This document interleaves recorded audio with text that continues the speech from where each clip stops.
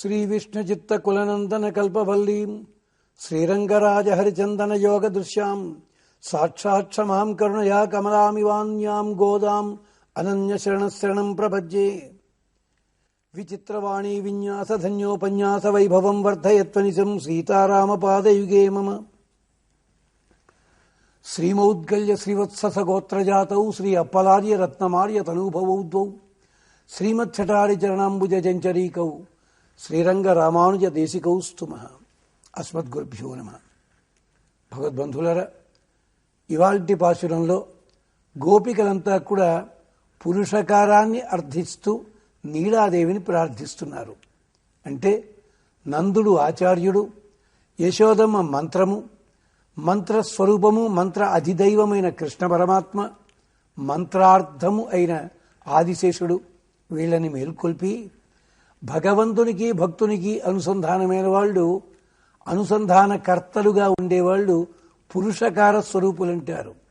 అంటే పురుషకార స్వరూపం అంటే ఆంగ్ల పరిభాషలో రికమెండేషన్ అంటాం, కానీ వైదిక పరిభాషలో చాలా గొప్ప అర్థం ఉంది. భగవంతుణ్ణి పురుషునిగా చేయునది అంటే భగవంతుడు మనకు అన్నీ కూడా ఇప్పించేలా చెయ్యగలిగేది. అంచేత పురుషకార అంటే అక్కడ మన పక్క నుండి మన కోసమని జీవకోటిలోనూ తానుంటుంది, భగవంతుని పక్కనూ తానుంటుంది. ఆ అమ్మవారిని ప్రార్థన చేస్తున్నారు, నీలాదేవిని ప్రార్థన చేస్తున్నారు. ఎవరి నీలాదేవి అంటే యశోదమ్మ గారికి మేనగోడలు, నందుల వారికి పెంపుడు కుమార్తెగా ఎదిగినది. అగో ఆ అమ్మాయిని మేల్కొల్పుతున్నారు. అంటే కృష్ణ పరమాత్మ భార్య, కృష్ణ పరమాత్మ పట్టమైషి. అల్లాగా ఉందు మదగళిత నూడాద తోళవల ఎన్నంద గోపాలన్ మరుమగళే నప్పిన్నాయ్ கந்தங் கமழங் கழலி கடை திருவாய் வந்து எங்கும் கோசி அசைத்தனகான் மாதவி பந்தல் மேல் பல்கால் குயில் நங்கள் கூவினகான் பந்தார் விரலி உன் மைத்துனன் வேறுவாட செந்தாமரைக்கையார் சீரார் வளையொழிப்ப வந்து திருவாய் మగిరిందేల్ ఒరుంబావాయ్. పదే పదే పదే చెప్పుకున్న తనివి తీరని ఒక అంశం ఏమిటి అంటే, ఆధునికుల కోసం చెప్తున్నారు ఈ మాట. ఆండాళ్ళమ్మవారి పాశురములలో ఉన్న శిల్ప సాహిత్యం ఉన్నది, లేదా సాహిత్య శిల్పము, రెండు మాటలు నిజమే. శిల్ప సాహిత్యము, శిల్పమే సాహిత్యముగా మారింది. సాహిత్యము శిల్పం అనల్పము, అది గమనించాలి. ఇక్కడ ఈ పాశురంలో కూడా ఎన్నెన్ని విశేషాలని, ఉపనిషత్తుల సారాంశాన్ని, వేద వాక్యములని ఉన్నవి ఉన్నట్టుగా చిన్న అందమైన మాటల్లో పెట్టిన పాశురం ఇది. అంటే తాదాత్మ్యం చెందిన మహామనీషి గుండె లోతుల్లోంచి గంగా ప్రవాహంలా జాలు వారిన సాహిత్య తత్వం ఇది. అలాంటిదన్నమాట. అందుకని అడుగుతున్నారు వీళ్ళంతా. ఉందు మదగళిత నోడాద తోల్వలయన్ నందగోపాలన్. నందగోపుల వారు ఎలాంటి వారుట? మదించిన ఏనుగులు, మదము స్రవించేలాంటి ఏనుగులని నిలబెట్టగలిగినవాడు, ఆ ఏనుగులతో పోరాడి గెలవగలిగినవాడు. అంతటి బలశాలి అయిన నందగోపుల వారి మరుమగడే అమ్మాయి. నందగోపుల వారి ఇంటిలో అల్లారు ముద్దుగా పెరిగిన నా చిట్టి తల్లి నందగోపాలన్ మరుమగడే నప్పిన్న నల్ పిన్నై. చక్కటి వయసులో ఉండి అక్కడే పాపం ఈ పదం అర్థం కాక ఆముక్తమాల్యతలో నప్పిన్నది అని ఉంటే పాపం వాళ్ళు సంధి వెడగొట్టి అప్పిన్నది అని వెడగొట్టే వాళ్ళు ఉంటారు. నప్పిన్న అమ్మాయి పేరు నల్ పిన్నై. అందమైన స్వరూపం కలిగిన అమ్మాయి ఆండాళ్ళమ్మవారు, ముద్దుల కుమార్తె నప్పిన్నై. నంగాయ్ తిరువేతురాయ్ అమ్మ మెళకో తెచ్చుకో. నందగోపాలన్ మరుమగళే నప్పిన్నాయ్ கந்தங் கமழங் கிழலி கடை తిరువాయ్ వందు ఎంగుం కోసి అజైతనగాన్. తల్లి, నీకున్న గొప్ప విశేషం ఇంకోటి చెప్పమా? పరిమళించే కేశపాశము కలిగిన అద్భుతమైన స్వరూపం కలిగిన దానా. కందం కమళం కృషలి కడై తిరువాయ్ వందు ఎంగుం కోసి అజైతనగాన్. ఇంటి లోపల ఇల్లంతా కూడా తిరుగుతూ కోళ్లన్నీ కూస్తున్నాయి. వందు ఎంగుం కోసి అజైతనగాన్ మాధవి పందల్ మేల్ పల్కాల్ కుయిలినంగల్ కూవినగాన్. నీవు స్వయంగా పెంచిన మాధవి పందిరుందే, ఆ మాధవి పందిరి నీ పడక గదికి కిటికీకి పక్కనే ఉంటుంది. అక్కడ ఉన్నటువంటి మాధవీ పందిరి మీద ఉండి మాధురీ గుణంతో గానం చేస్తున్న కోకెలో గానం చేస్తున్నాయి. మాధవి పన్నల్ మేల్ పల్కాల్ కూలినంగల్ కూవినకాన్. ఏమ్మా ఇంకా నిద్రపోతున్నావేమిటి? లేచి రావమ్మా. వందు ఎంగుం కోసి ఎడైతనకాన్ మాధవి పన్నల్ మేల్ పల్కాల్ కూలినంగల్ కూవినకాన్ పందార్ విరలి. నువ్వు హాయిగా రాత్రంతా కూడా స్వామితో బంతులాట ఆడి ఒక చేతిలో బంతి పట్టుకుని బంతికి వేళ్లు అతుక్కుపోయేలాగంటే బంతి పూల బంతిలో ఇరుక్కుపోయిన వేళ్లు కలిగినదానా? పందారు విరలి ఉన్ మైతునన్ వేరువాడ. నీ మేనమామ గురించి మీ మేనబావ గురించి మేమంతా గానం చేస్తూ ఉంటే ఉన్ మైతునన్ వేరువాడ చందామరై కయ్యాల్. ఎర్రని తామర పుష్పముల వంటి నీ చేతులతోటి శిరార్వళయిళిప్ప చేతికున్న గాజులు గలగలలాడుతుండగా వందు తిరువాయ్ మగిసిందు. నీవు వచ్చి తలుపు తెరవాలి, ఆనందముతో తెరవాలి. అంచేత ముందుగా నీ నిద్రాకాలిక సౌందర్యం చూచాం, కన్నులకు ఆనందం కలిగింది. నీవు ధరించిన పూల మాలికలో లేదా కేశభాషములో ఉండే సౌందర్యమో గంధమో అది మా ఘ్రాణానికి తృప్తి కలిగింది. నీవు ఆటలాడి అలసి సొలసి నిద్రపోతున్నప్పుడు నీ నుదుటి మీద కలిగిన చిరు చెమటలన్నీ కూడా ఆ సౌందర్యానికి పరాసీమగా ఉన్నాయి. ఇప్పుడు నీవు లేచి రావాలి, నీ మాటలు మేము వినాలి, మా చెవులకు తృప్తి కలగాలి. ఇప్పుడు నీవు వచ్చి తలుపు తెరిచేటప్పుడు గాజులు గలగల్లాడుతాయి. తలుపు గడియ తెరవడానికి చెయ్యి ఇలా ఎత్తగానే ముందుకున్న గాజులు వెనక్కి జారి ఒకదాంతో ఒకటి కొట్టుకున్నట్టయితే ఆ గాజుల ధ్వని కూడా మేము ఆనందంగా వినాల్సి ఉంటుంది. తలుపు తీసిన తర్వాత నీ ముఖమండలాన్ని దర్శించి మేమంతా సర్వాంగీణమైన సౌందర్య స్వరూపమైన నీ సౌందర్యం చూచినప్పుడు మేమంతా ఆనందపడాలి. ఇది గోపికలంతా ప్రార్థిస్తున్న వైనం. ఏమంటున్నారు? ఉందు మదగళిత నోడాద తోಳು వలయన్ నందగోపాలన్. నందగోపుల వారట ఏనుగులతో సహా పోరాడగలిగిన బలం కలిగిన వారట. ఏనుగులతో పోరాడడానికి ఆయనకి అవకాశం ఎక్కడుంది? ఆయన ఏనుగులతోటి సాధన ఎందుకు చేశాడు? ఇదందరూ కూడా సామాన్యులు అడిగే ప్రశ్న ఇది. అంతటి బలము కలిగిన వాడు. ఎలాగా? మదము స్రవించే ఏనుగులని ఆపగలిగినటువంటి వాడు. మదము ఉన్న ఏనుగులకి శిక్షణ ఇచ్చేలాంటి వాడు. ఇన్ని అర్థాలున్నాయి. అప్పుడు మనకందరికీ మళ్ళీ ఇందాకటి సందేహమే, ఆయన ఉన్నది రేపల్లే కదా, అక్కడన్నీ ఆవులు మేకలు గేదెలు ఇవి ఉంటాయి తప్ప ఏనుగులు ఎందుకుంటాయి? ఇదే పొరపాటు. కృష్ణుడు మరి అక్కడ మధురానగరం వెళ్ళగానే ఏనుగుని చూసి గుర్తుపట్టాడు. అప్పుడు కృష్ణుడి వయసంతా 10 సంవత్సరాలే కదా. 10 సంవత్సరాల్లో 9 ఏళ్లు 9.5 ఏళ్లు పల్లెటూళ్ళలో పెరిగిన వాడికి, ఏనుగునే చూడని వాడికి ఏనుగుని చూడగానే ఎలా గుర్తుపట్టాడు అంటే మీరు భగవంతుడిని దాన్ని సమర్థించకూడదు. అక్కడ నందగోపుల వారి వ్రజంలో కూడా ఏనుగులున్నాయి. ఎంచేత కంసుడి ఏనుగులున్నాయి, హస్తినాపురం ఏనుగులున్నాయి. ఆ ఏనుగులన్నిటికీ నీళ్లు కావాలంటే నీళ్ల వసతి ఉన్న ప్రాంతంలో ఉండాలి. పట్టణవాసాల్లో ఉంటే ఏనుగులకి శిక్షణ ఇవ్వడం కుదరదు. పల్లెటూళ్ళ ప్రాంతాల్లో ఉండాలి. అంచేత నందగోపుల వారి మందలలో ఏనుగులు కూడా ఉన్నాయి. అలాంటి వాటికి శిక్షణ ఇచ్చేటప్పుడు తప్పనిసరిగా వాటిని ఆపగలిగేంత బలశాలి కావాలి. ఎంతకు ముందు కూడా చెప్పుకున్నాం నందగోపుల వారు ఎంతటి బలశాలి అన్నది. అందుకని ఉందు మదగళిత నోడాద తోళ్ళు వలయన్, అంతటి భుజబలము కలిగిన వాడు. కాబట్టే ఇతని దగ్గర పెరిగిన పిల్లవాడు గనకనే కృష్ణుడు అక్కడ ఏనుగుని తూచి గుర్తుపట్టాడు. ఏనుగు మత్తులో ఉందని గుర్తుపట్టాడు, మదములో ఉందని గుర్తుపట్టాడు, మీద పడి తొక్కేస్తుందని గుర్తుపట్టాడు. అందుకని ఏనుగుని ఎలా చంపాలో కూడా తెలిసింది. ఉందు మదగళిత నోడాద తోళ్ళు వలయన్ నందగోపాలన్ మరుమగళే నప్పిన్నాయి. ఇక్కడ ఒక వైదికమైన సూక్తము యొక్క చమత్కారం ఉంది. అంటే ఎందుకంత గొప్పవాడు అంటేట, నందుల వారు హిమవంతుని వలె గొప్పవాడన్నారు మన పెద్దలు. ఎందుకు హిమవంతుడిని ఇక్కడికి తీసుకురావాలి? హిమవంతుడికి ఏనుక్కి పోలిక ఉంది. ఈ హిమవంతుడి కథ మనకి దంభోద్భవుడి కథలో వస్తుంది, రామాయణంలో కిష్కింధాకాండలో వస్తుంది. ఈ సన్నివేశాలన్నిటిలోనూ వస్తాయి. ఇక్కడ వేదం చెప్తుంది, అశ్వమేధ ప్రకరణం జరిగేటప్పుడు అక్కడ దేవతాహ్వానం కోసమని చెప్పి 300కి పైగా పక్షులు జంతువులు అట్టే పెడతారు. వాటిని చంపరు, యజ్ఞం అయిన తర్వాత వదిలిపెట్టేస్తారు. అలాంటి జంతువులలో ఏనుగుని కట్టేసే దేనికోసము? హిమవాన్ హస్తి, హిమవంతుణ్ణి ఆరాధనకి పిలవాలంటే ఏనుగుని అక్కడ కట్టేయాలి. అంటే హిమవంతుని వాడు. ఎలాగైతే హిమవంతుడు మహర్షులకి, వనస్పతులకి, దేవతలకి అందరికీ ఆశ్రయమయ్యాడో నందుల వారు కూడా మొత్తం లోకానికి అందరికీ ఆశ్రయమయ్యాడు. అందుకని ఉందు మదగళిత నొడాద తోಳು వలయన్, వెనక్కి తిరిగే అవకాశం లేదుట, అంతటి బలశాలిరా. ఉందు మదగళిత నొడాద తోಳು వలయన్ నందగోపాలన్, అలాంటి వారి ఇంటిలో పెరిగిన పిల్ల ఈవిడ. అంటే ఆయన అంతమందితోటి పరిచయం ఉండి, అంతమందితో కలిసి ఉండి, అంత గొప్ప బలము కలిగిన వాడి ముద్దుల కూతురు. అంటే ఆయనలో ప్రత్యేకతలో ఈమెకి ఓ ప్రత్యేకత ఉండాలి.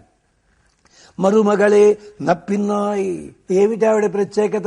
రక్షణ ఉంది, అందరూ ఆనందంగా చూస్తున్నారు, చీకు చింత లేదు. అలాంటప్పుడు కేశభాషము చక్కగా పరిమళిస్తూ ఉంటుందట. అంటే మనకుండే దుఃఖములు గాని, కష్టముల వల్ల గాని మన కేశభాషము నాశనం అవుతుందంటుంది ఆయుర్వేద శాస్త్రం.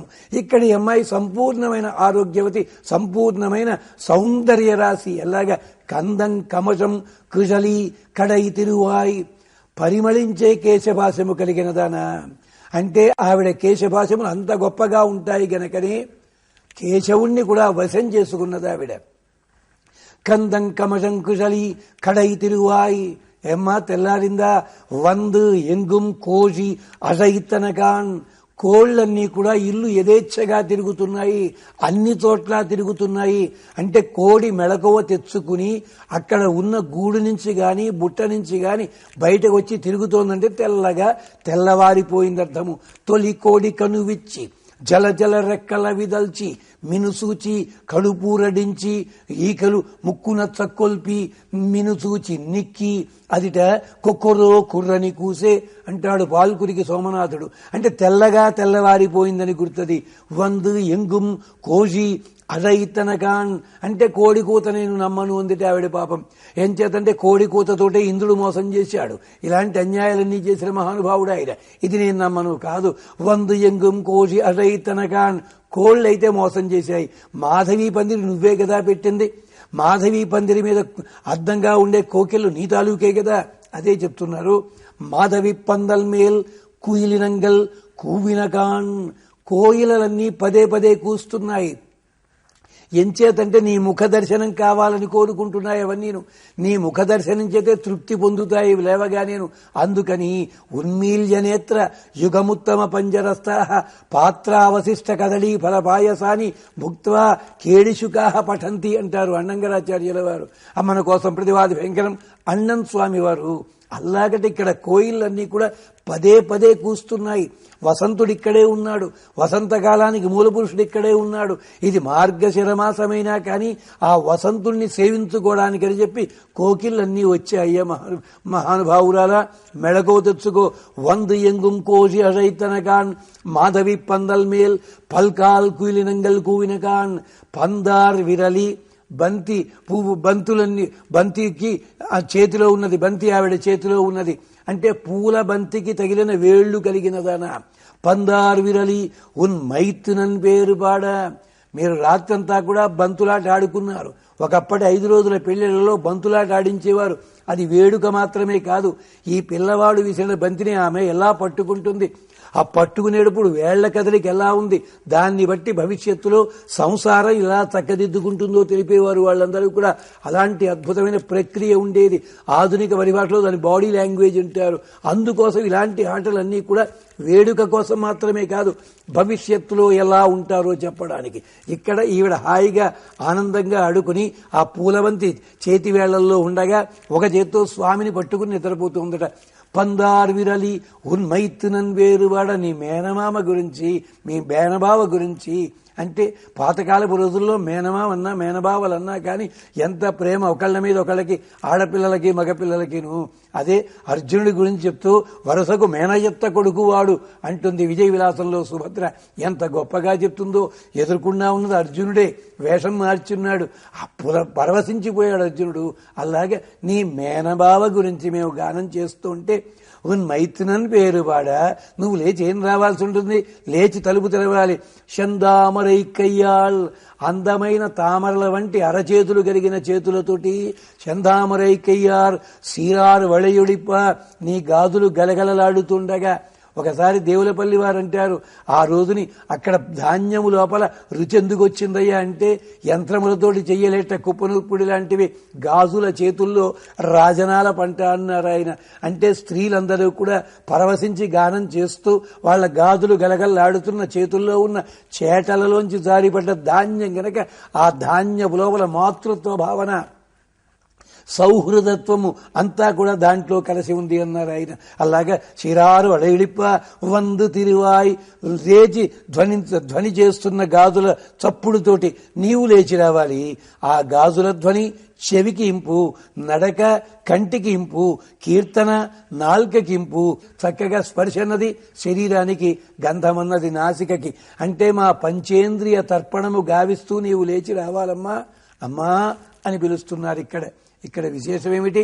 ఉందు మదగళిత నొడాద తోళవలయన్ అంటే ఏనుక్కి భగవంతుడికి ఆచార్యుడికి పోలికలు. ఎంచేత మృగాణాం హస్తి అన్నాడు భగవంతుడు మనకి భగవద్గీతలోను. ఎంచేత మృగముల లోపల నేను ఏనుగుని. సింహమని చెప్పచ్చే, ఏదో పెద్ద పులి అనొచ్చే, ఎందుకు ఏనుగు చెప్పారు? ఏనుక్కి భగవంతుడికి బ్రహ్మాండమైన పోలికుంటుంది. ఏమిటా పోలిక?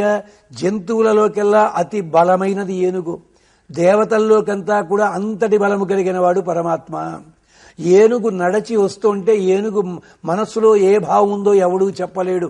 గాంభీర్యము అంటే అంచేత త్యాగరాజస్వామి కూడా సామజ వరగమన అన్నారు. సామజ వరగమన అంటే ఏనుగు వంటి నడక కలిగినవాడా, ఏనుగు వంటి ప్రవర్తన కలిగినవాడా, ఏనుగు వంటి మనస్సు కలిగినవాడా అని అర్థం. అంతేకాదు ఏనుగు కొరకై వచ్చినవాడా అని కూడా అర్థం ఉంది. అలాంటి నడక అయినది.